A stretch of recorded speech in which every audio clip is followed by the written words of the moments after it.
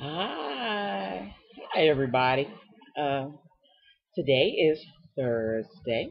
Well, here where I am. I don't know where it may be some other date somewhere else. Some other date somewhere else. It may be not be Thursday when you watch it, but it's Thursday, and I'm coming with another vlog. And excuse me, please, just I'm having really bad allergies. Um, but I'm coming with another vlog. And today's vlog is continuation of the series on boundaries. I hope you're liking this series. I certainly am, and I certainly would recommend that if you know somebody who may be having some issues with boundaries, we recommend this series to them. You also, hey, pass it along, get the book, and stuff. We're having a book club discussion. Hopefully, me and some women friends and family that I know about the Boundaries book because we're all reading it right now and enjoying it. And this is the book I'm speaking of, Boundaries, by Dr. Henry Cloud and Dr. John Townsend. It's a wonderful book, and I just would recommend it. And certainly, if you're already reading it and stuff, a lot of this stuff that I'm going to say or I'm talking about, or you've read it, you know about. And it's an amazing book and really can change your life. I mean, just absolutely. And so today I'm going to talk about some myths regarding boundaries. I said first I was going to talk about the 10 laws of boundaries. But we'd already been talking about that, and over time, sort of some of the stuff that you needed to do regarding boundaries, and what boundaries were, and how to make them a little bit, how to set out how and what it is that they do. But there are reasons people don't have boundaries and stuff, and it's from kind of a skewed look um, at what boundaries are, or a skewed perception of what boundaries are. And I want to do this about the myths to get that out of your head. Why it is important for you to have boundaries. Why it's essential for you to have boundaries. Why this is something that, whether you're a Christian or not a Christian, but especially if you're a Christian, that God wants you to have, and stuff. I don't understand why people think that God just wants people just sort of running in and out and no stopping people and letting people do anything they want to do. That's not the way God works. And and even if you've read the Bible and everything, that's not the way God. He definitely has some boundaries and some places where you can't go and you shouldn't go and stuff, really for your own good. And so I'm going to talk about some of the myths, some of the things that keep us scared about having boundaries or even making boundaries. And I'm saying this, of course, I know this is for anyone that wants to know about boundaries, but my blog is particularly geared toward Black women, who I think have definite boundary and codependent issues and stuff, that make you know that make their lives really hard, um, by not setting proper boundaries and not knowing how to let good stuff in and bad stuff out, not being able to recognize evil, which is from last week's boundary lesson about the boundary list and boundary busters was a revelation. I'm sure a bunch of you were thinking, yeah, you if you don't have boundaries, you have a hard time recognizing evil, you know, and stuff. And so, you might be letting things into your life that don't have a place there and shouldn't have a place there.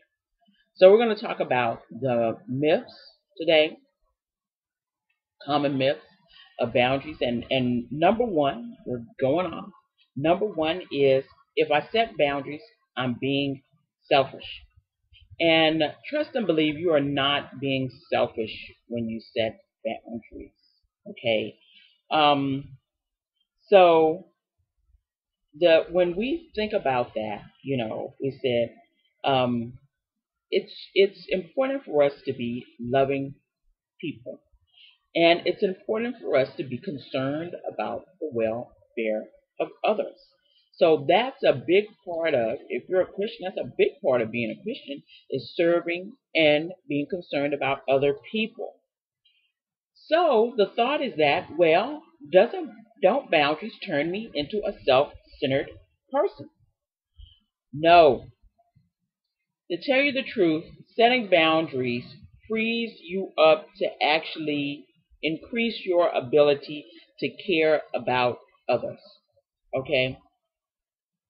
And I know people are thinking, huh, what? Yeah, there's a wonderful thing about giving. And when you give, you get so much back. When it's a relationship, you give and you get so much back, and it fills you up. You're not being used, you're not being taken advantage of. People aren't pulling everything out of you until you're dry, until you have nothing to give and such. And so it's important for you to be in appropriate relationships where people aren't sucking you dry. Okay? Our needs in something in this are our responsibility. And it's a it's a it's important for us to understand that, you know, that meeting our needs is our job, even if we're people of God. You know, we can't. No one can sit by and wait passively for people to take care of them. And as for Christians, really, we're supposed to be praying and asking God for help in our care or how we care for ourselves. That's being responsible. Okay? That's being responsible. This idea that God will open up stuff and stuff will drop out, is a wrong notion. We have to seek who God is, ask God, for his help in things. And then that way we don't end up kind of passively waiting for other people to somehow take care of us.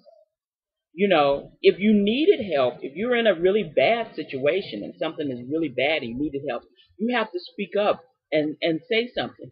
But you can't expect people to do the job that you're supposed to be doing. You know, if it's time to pay bills, you can't expect people to pay your bills for you. You can't expect people to do all the stuff to make the right decisions and choices that you should have made yourselves. And, you know, some people see their needs as bad or selfish and at best a luxury. Others see them as something that God or others should do for them.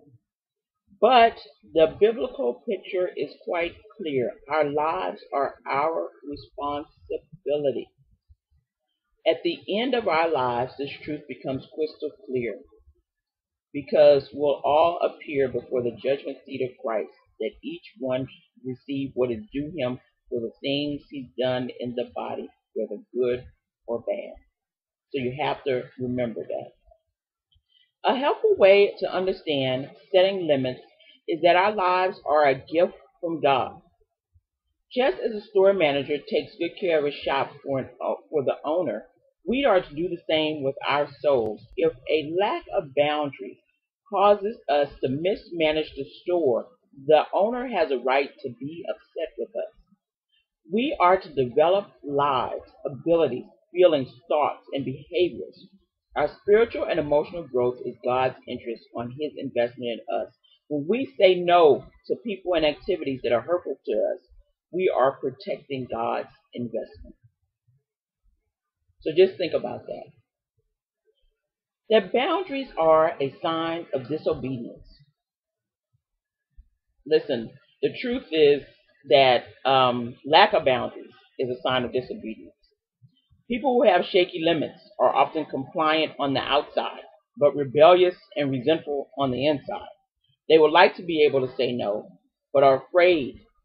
So they cover their fear with a half-hearted yes. Now, I'm letting everybody know, it's important for you to know that your compliance, which means that you can't distinguish evil from what's not evil, is disobedience. That plain and simple is disobedience. And so if you can't tell what's evil and not evil because you're compliant, on the inside you're resentful and you're angry, that's not obedience. That's not even close to being obedience. Obedience brings joy. Obedience brings reward. Disobedience brings pain. It always brings pain.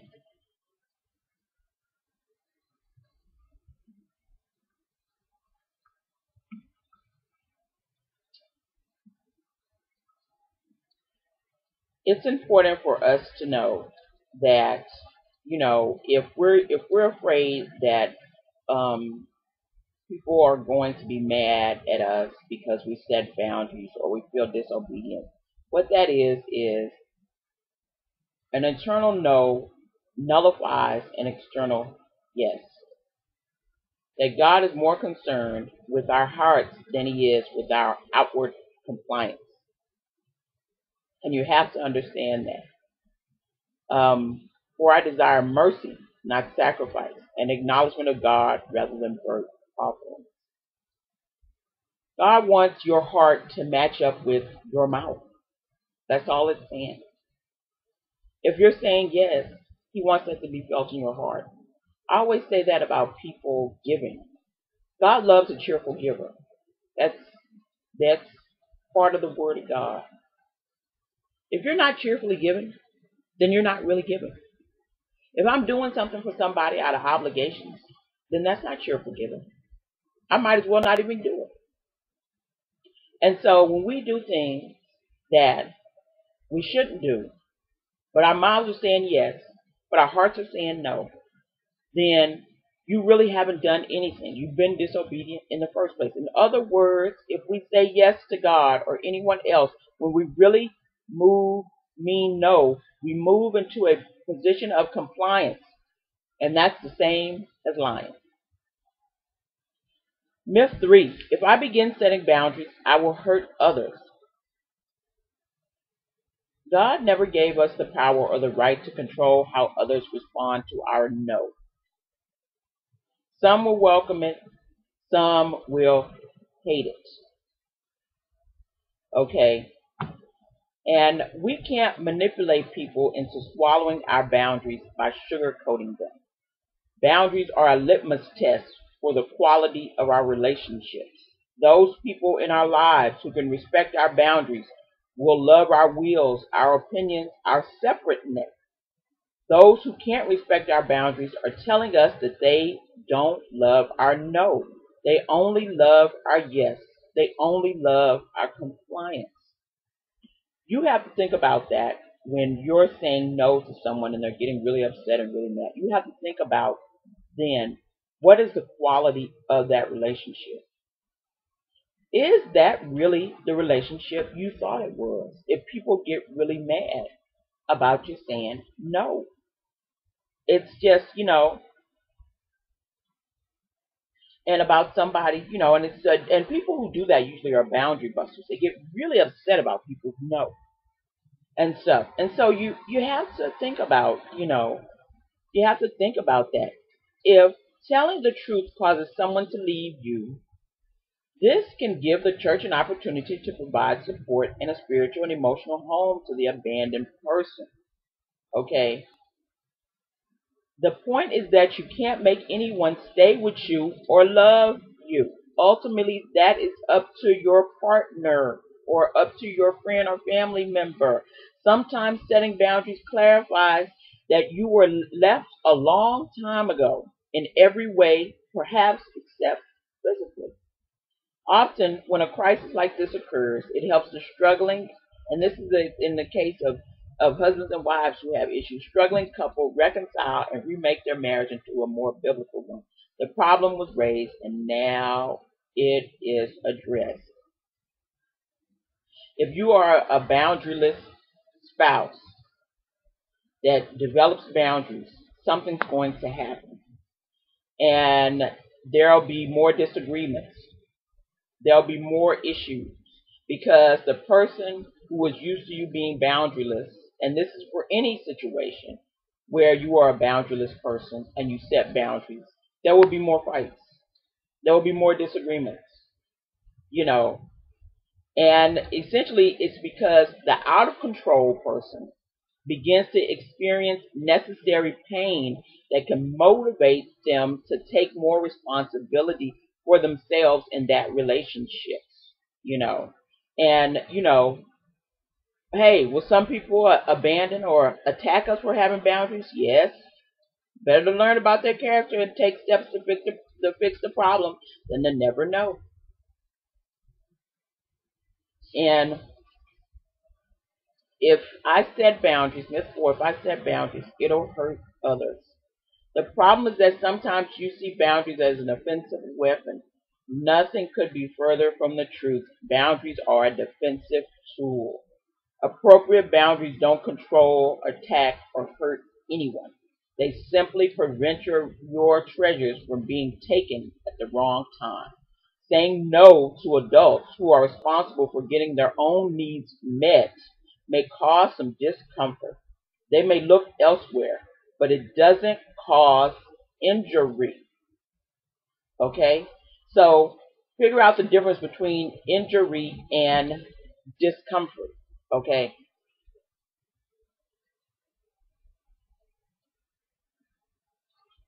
Remember that God has no problem, you know, setting boundaries with us. He tells us, all of us, not so quite. He tells all of us no quite often. God doesn't worry about how his boundaries will injure us. He knows you are to take. He knows we are to take responsibility for our lives, and sometimes telling us no helps us do just that. Boundaries mean I'm angry. Hey, it's no secret that quite often when people begin telling the truth, setting limits, and taking responsibility, an angry cloud follows them for a while. They become touchy and easily offended, and they discover a hair-triggered temper that frightens them. Friends will make comments like, "You're not the nice, loving person I used to know." The guilt and shame caused by these remarks can further confuse new boundary setters. So, do boundaries cause us anger? No. This myth is a misunderstanding of emotions in general, and anger specifically. Emotions or feelings have a function. They tell us something. They are a signal. Here are some of the things our negative emotions tell us. Fear tells us to move away from danger, to be careful. Sadness tells us we've lost something, a relationship, an opportunity, or an idea. Anger is also a signal. Like fear, anger signals danger. However, rather than urging us to withdraw, anger is a sign that we need to move forward to confront the threat. Anger tells us that our boundaries have been violated. Much like a nation's radar defense system, anger feelings serve as an early warning system, telling us we're in danger of being injured or controlled. This is why sometimes people who are setting boundaries or who are new to setting boundaries and just setting boundaries, this is why individuals with injured boundaries often are shocked by the rage they feel inside when they begin setting the limits. This is generally not new anger, it's old anger. It's often years of no's that were never voiced, never respected, and never listened to. The protest against all the evil and violation of our souls sits inside of us, waiting to tell the truth. Okay? So don't be afraid of the anger when you start setting limits. Now you become angry, but you don't stay angry. And what's supposed to happen is that you setting boundaries, what happens with setting boundaries is that it will decrease your anger over time. So, the more biblical our boundaries are, the less anger we experience. Individuals with mature boundaries are the least angry people in the world, while those who are just beginning boundary work see their anger increase. This passes. as boundaries grow and develop. Why is this? Remember the early warning sign system function of anger. When we feel it, we are violated. We feel it when we're violated. If you can prevent boundary violation in the first place, you don't need the anger. You are more in control of your life and values. When others set boundaries, it injures me. Nothing could be further from the truth. First, having inappropriate boundaries set on us can injure us, especially in early childhood. A parent can hurt a child by not providing the correct amount of emotional connection at the appropriate time. Children's emotional and psychological needs are primarily the responsibility of the parent. The younger the child, the fewer places he or she can go to get those needs met.